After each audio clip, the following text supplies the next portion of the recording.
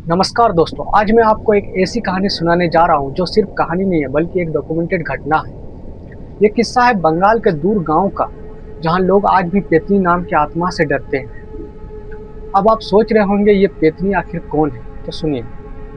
पेतनी का मतलब होता है वो औरत जिसकी शादी कभी पूरी नहीं हुई और मौत ने उसे अधूरा छोड़ दिया। कहा जाता है कि ऐसी औरत की आत्मा भटकती रहती है, वो अपने दूल्हे को ढूंढती है या फिर हर उस इंसान से बदला लेती है जो उसके रास्ते में आता है। औरतों में आपने चुड़ैल, डायन, शंखचूड़ जैसी कहानियां सुनी होगी, लेकिन पेतनी उनसे अलग है। उसकी एक पहचान है, लाल बनारसी साड़ी, बड़ी बड़ी आंखें और पैरों में पायल की झनकार। सबसे डरावनी बात यह है कि लोग कहते हैं कि रात के 12 बजे के बाद अगर किसी ने उसकी झलक देख ली तो उसके लिए अगली सुबह कभी नहीं आती। दोस्तों, ये कहानी बनाई हुई कहानी नहीं है, यह सचमुच हुआ था और मैं आपको उसी रात का ब्यौरा सुनाने वाला हूँ। तो चलिए, आपको ले चलता हूँ बंगाल के उस छोटे से गांव हरिपुर में, जहाँ एक परिवार ने पेतनी से सामना किया और फिर उस गांव की जिंदगी हमेशा के लिए बदल गई। लेकिन याद रखिए, ये कहानी सुनते वक्त अगर आपके आसपास अंधेरा है तो रोशनी जला लीजिए, क्योंकि ये किस्सा सिर्फ सुनने भर का नहीं है बल्कि इससे सुनते सुनते कई लोगों ने उसकी परछाई देखी है। अब सवाल यह है कि क्या आप तैयार हैं पेतनी से मिलने के लिए? दोस्तों, कैसे बंगाल के इस गांव वर्धमान में लोग पेतनी नाम की आत्मा का जिक्र करते ही कांप उठते हैं। आज मैं आपको उन लोगों के करीब ले जाऊंगा जिन्होंने पेतनी का नाम सिर्फ सुना ही नहीं बल्कि उसकी मौजूदगी महसूस भी की। और यकीन मानिए, उनकी आंखों में आज भी वही डर है जो उस रात था, जो पहली बार उसने पेतनी गांव वालों को अपना निशाना बनाया था। बंगाल की लोक कथाओं में पेतनी को अक्सर एक डायन या चुड़ैल से अलग बताया गया है। कहा जाता है कि पेतनी कभी एक साधारण औरत हुआ करती थी, लेकिन धोखे, अन्याय या अधूरी इच्छा के कारण उसकी मौत असामान्य हालात में हुई। ऐसे में उसकी आत्मा दफन होने के बजाय वहीं रुक जाती। वो किसी खास जगह, पेड़ या नदी के घाट से बंध जाती है। गांव वाले मानते हैं पेतनी की पहचान आसान नहीं है। कभी वे सफेद कपड़े पहनती है और औरत के रूप में दिखाई देती है, तो कभी बस पायल की छनछनाहट सुनाई देती है। लेकिन सबसे डरावनी बात उसका लाल मुंह और काले दांत, जो कभी कभी भाग्यहीन और आखिरी वक्त में नजर आता है। ये कहानी 1987 की है। वर्धमान जिले के इस गांव में एक औरत की अजीब मौत हुई थी। गांव वाले बताते थे कि उसका नाम कमला था। वो नदी किनारे लकड़ी चुनने गई थी, लेकिन उसका शव अगले दिन बरगद के पेड़ के नीचे पड़ा मिला। चेहरे पर गहरी खरोंच थी, आंखें खुली हुई थी, जैसे मौत के वक्त उसने कुछ बहुत भयानक देखा हो। लोगों ने कहा उसी दिन से इस गांव में पेतनी का जन्म हुआ। और फिर गांव के बच्चे ने उस रात को अजीब आवाजें सुननी शुरू की, कभी पायल की छनक, कभी औरत के रोने की आवाज। मैंने गांव के बुजुर्ग हरण ठाकुर से पूछा, क्या आपने कभी खुद पेतनी को देखा है? उनकी आंखें फटी रह गई। कुछ देर चुप रहे और फिर धीरे से बोले, हाँ बाबू, देखे हैं। अच्छी। रात को खेत से लौट रहा था, अचानक पीछे से पायल की आवाज आई। मुड़ा तो देखा एक औरत सफेद साड़ी में बिना पैर जमीन छुए हवा में तैर रही थी। मैंने पूछा आपने क्या किया मैंने पूछा आपने क्या किया? उसने कांपते स्वर में कहा, भागा। लेकिन उसकी हंसी अचानक आज तक कानों में गूंजती है। कहा जाता है कि पेतनी अक्सर मासूम औरतों या परिचित चेहरा बनकर सामने आती है। गांव के ही एक नौजवान गोपाल ने बताया, एक औरत खेत से लौटते वक्त मैंने अपनी माँ को देखा। वो सफेद साड़ी पहने सड़क किनारे खड़ी थी। मैंने आवाज लगाई, माँ आप यहाँ कैसे? लेकिन जैसे ही वो औरत पास आई, उसका चेहरा मेरी माँ का नहीं बल्कि खून से सना हुआ अजीब सा विकृत चेहरा था। मैं डर के मारे बेहोश हो गया। गांव वाले कहते हैं पेतनी का पहला असली शिकार बना एक रिक्शा वाला चालक था। नाम था माधव। उस रात वो देर रात तक काम करके लौट रहा था। गांव के बाहर उसी बरगद के पास, पेड़ के पास उसकी चीख सुनाई दी। लोग दौड़कर पहुंचे तो देखा माधव जमीन पर गिरा था, लेकिन चेहरा नीला पड़ चुका था, आंखें बाहर निकल आई थी और उसके हाथ में एक टूटी हुई पायल कसकर पकड़ी हुई थी। गांव वालों ने कहा पेतनी उसे अपने साथ ले जाना चाहती थी। उसके बाद उसे बरगद के उस पेड़ को शापित जगह माना जाने लगा। कोई वहां से रात को गुजरने की हिम्मत नहीं करती। दोस्तों, आप सोच रहे होंगे ये सब अंधविश्वास है, गांव वाले डर के कारण कहानियां बना लेते हैं। लेकिन मैं आपको बता दूं, जैसे जैसे मैं और गहराई में गया, मुझे भी कुछ ऐसा अनुभव हुआ जिसने मेरे होश उड़ा दिए। क्योंकि इस जांच के दौरान मुझे आधी रात को वो आवाज सचमुच सुनाई दी, जैसे किसी पायल का आवाज, छन छन छन। और ठीक उसी वक्त मेरे कैमरे ने कुछ ऐसा कैद किया जिसे देखकर मेरे पैरों तले जमीन खिसक गई। क्या था वो? क्या सचमुच कैमरे में पेतनी कैद हुई?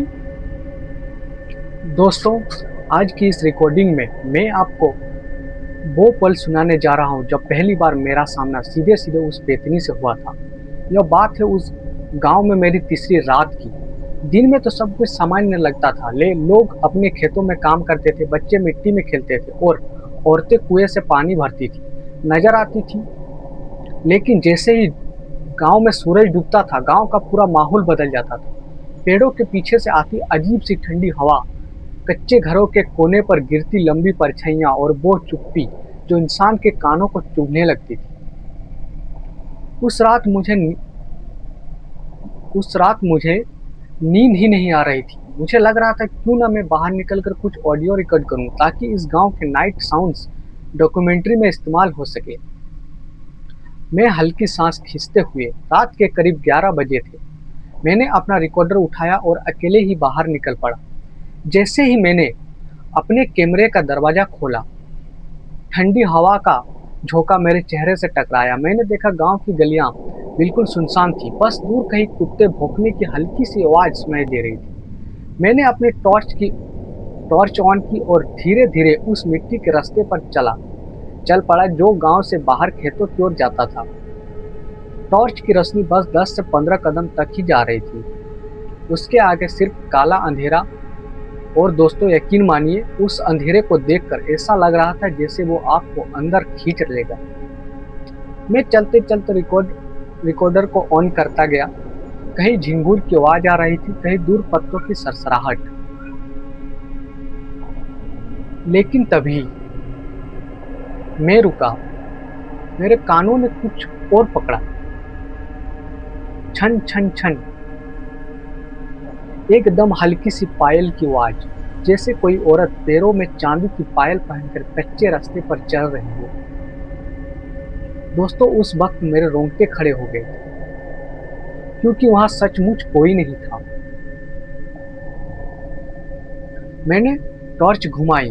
बाएं तरफ खेत, दाएं तरफ पेड़ और झाड़ियों सब खाली थे। मतलब कोई नहीं था उस जगह पर। लेकिन वो आवाज धीरे धीरे और करीब आती जा रही थी। छन छन छन, पायल की आवाज। मेरे गले से आवाज तक नहीं निकल रही थी दोस्तों। दिल इतनी तेज से धड़क रहा था कि मुझे लगा कि आवाज मेरे रिकॉर्ड से साफ सुनाई दे रही होगी। और फिर मैंने देखा, रास्ते के मोड़ पर जहां खेत शुरू होता है, मुझे एक सफेद सा साया दिखाई दिया। वो बिल्कुल स्थिर खड़ा था, जैसे कोई औरत सफेद साड़ी में बिना हिले डुले। मैंने आंखों मल कर, शायद मेरी नजर धोखा दे रही हो, लेकिन नहीं, वो साया वहीं पर था। मैंने टॉर्च उस तरफ फेंकी, लेकिन अजीब बात यह थी, जैसे ही रोशनी उस पर पड़ा, वो और भी धुंधला हो गया, जैसे धुआं उड़ता है ना रात में, उसी तरह एकदम वैसा हो गया गाइस। और तभी उस साये ने अपना सिर धीरे धीरे मेरी तरफ घुमाया। दोस्तों, मैं कसम खाकर कहता हूँ, उसके चेहरे पर आंखें थी ही नहीं, लेकिन वो पूरी तरह काली, मानो वहां कोई पुतली ही ना हो। और उसकी मुस्कान, ओह, वो मुस्कान आज भी मेरे सपनों में आती है। इतनी चौड़ी, इतनी अविश्वासजनक कि इंसान लग ही नहीं रहा था। मैं जड़ हो गया, ना भाग पा रहा था, ना बोल पा रहा था। सिर्फ मेरी सांसें तेज हो रही थी। और फिर वो साया पलक झपकाते ही गायब हो गया। ना कोई कदमों की आवाज, ना कोई हलचल, एकदम सा बस, जैसे कभी वहां कोई था ही नहीं। इस कदर से सन्नाटा छा गया दोस्तों। लेकिन अजीब ये था, वो पायल की छन छन अब भी वो मेरे चारों तरफ गूंज रही थी, जैसे कोई अदृश्य होकर मेरे पास, मेरी चारों तरफ घूम रहा हो। मेरी हालत खराब होते जा रहा था दोस्तों। मेरे हाथ कांप रहे थे, रिकॉर्डर पकड़ना मुश्किल हो रहा था। मुझे लग रहा था अगर मैं एक पल और वहां खड़ा रहा तो शायद मेरी जान निकल जाएगी। मैंने भागना शुरू किया। हाँ, मैं मानता हूँ उस पल मैं पूरी तरह डर गया था। मैं भागता हुआ गांव की ओर लौटा, लेकिन दौड़ते-दौड़ते मैंने पीछे से फिर सुना, छन छन छन, कोई जैसे कोई मेरे पीछे दौड़ रहा हो। आखिरकार जब मैं अपने कमरे में पहुंचा, मैंने दरवाजा जोर से बंद किया। दिल की धड़कन अब भी रुकने का नाम नहीं ले रहा था। मैंने रिकॉर्डर ऑफ किया और उसे तुरंत सुनने की हिम्मत नहीं जुटा पाया दोस्तों। इतना भयानक मैं डर गया था। उस रात मैंने खुद से एक सवाल पूछा, क्या वो वाकई पेतनी थी या फिर मेरे दिमाग मुझे डराने लगा है। लेकिन दोस्तों, अगली सुबह जब मैंने उस रिकॉर्डिंग को चलाया तो उसमें जो आवाज कैद थी उसने मेरे पैरों तले जमीन खींच ली। यकीन मानिए दोस्तों, धीरे धीरे फुसफुसाते हुए, क्योंकि उसमें सिर्फ पायल की आहट नहीं थी बल्कि एक औरत की कहराती हुई हंसी भी थी। दोस्तों, आपने सुना कि कैसे उस गांव की हर रात हर अंधेरे कोने में एक साया मंडराता था। वो साया जिसे लोग पेतनी कहते थे। पर जो कुछ मेरी आंखों ने देखा उस आखिरी रात, उसने मेरी जिंदगी की सारी मान्यताओं को बदल दिया। क्योंकि उस रात में सीधे सीधे उस पेतनी से टकराया। और मैं चाहता हूँ आप ध्यान से सुने, क्योंकि आगे जो होने वाला है वो सिर्फ एक कहानी नहीं बल्कि एक ऐसा अनुभव है जो शायद आपकी नींद उड़ा देगी। उस रात आसमान बिल्कुल काला था। बादल ऐसे उमड़ रहे थे जैसे किसी ने पूरा आकाश ढक लिया हो। गांव के सारे घरों में जल्दी जल्दी दरवाजे बंद हो रहे थे। बच्चे तक चुपचाप बिस्तरों में छुपा दिए गए थे। पर मैं अकेला खड़ा था उस जर्जर बरगद के पेड़ के नीचे, जहां गांव वाले कहते थे यही उसका ठिकाना है। मतलब उस पेतनी का उस बरगद के पेड़ के नीचे ठिकाना था। हवा अचानक ठंडी हो गई। मेरे पैरों के नीचे सूखी पत्तियां चरमराई और दूर दूर से एक पायल की झंकार सुनाई दी। धीरे धीरे कदम बदर कदम वो आवाज मेरी पास आती चली गई। मेरा दिल तेज से धड़क रहा था। मेरे चारों ओर नजर दौड़ाई पर कोई नहीं दिखाई। तभी अचानक मेरे ठीक पीछे से सरसराहट की आवाज आई। मैंने पलट कर देखा। धोती जैसे धोती जैसी झूलती हुई चादर में लिपटा वो पेड़ की टहनी से लटक रहा था। उसके पैरों से मिट्टी जमीन को छू भी नहीं रही थी और आंखें दो लाल अंगारों की तरह अंधेरे में जल रही थी। उसने मेरी तरफ गर्दन मोड़ी और धीमी कहराती हुई हंसी निकाली। वो हंसी किसी इंसान की नहीं थी। वो आवाज सीधे मेरे हड्डियों तक कपा गई। मैंने एक पल के लिए महसूस किया जैसे मेरी सांस रुक जाएगी। मेरे हाथ कांप रहे थे पर पैर जैसे जमीन में गड़ गए थे। वो औरत धीरे धीरे मेरे करीब आने लगी। हर कदम पर पायल की आवाज और जोर से गूंज रही थी, जैसे पूरे गांव में उसकी गूंज फैल रही हो। अचानक बिजली कड़की। उस रोशनी में मैंने साफ देखा। उसके बाल बिखरे हुए थे, इतने लंबे कि जमीन पर घिसट रहे थे। चेहरा आधा जला हुआ और होठों से खून रिस रहा था। गांव के बुजुर्ग सही कह रहे थे, ये वही औरत थी जिसे कभी धोखे से मार दिया गया था। उसकी मौत इतनी दर्दनाक थी कि उसकी आत्मा को कभी शांति नहीं मिली और अब वो हर रात नए शिकार की तलाश में भटकती थी। मैं समझ चुका था, यह पितनी कोई कल्पना नहीं बल्कि उस औरत की प्यास थी जिसे कभी न्याय नहीं मिला। वो मुझे कुछ ही कदम दूर थी। मैंने अपनी रिकॉर्डर चालू की ताकि उसकी आवाज कैद हो सके। अचानक वो मेरी तरफ झपटी। उसके नाखून हवा चीरते हुए मेरे चेहरे के पास से गुजरा। ठंडी हवा का झोंका आया और मेरी रिकॉर्डर अपने आप बंद हो गई। मैं गिर पड़ा। मेरी आंखें उस पर टिकी रही।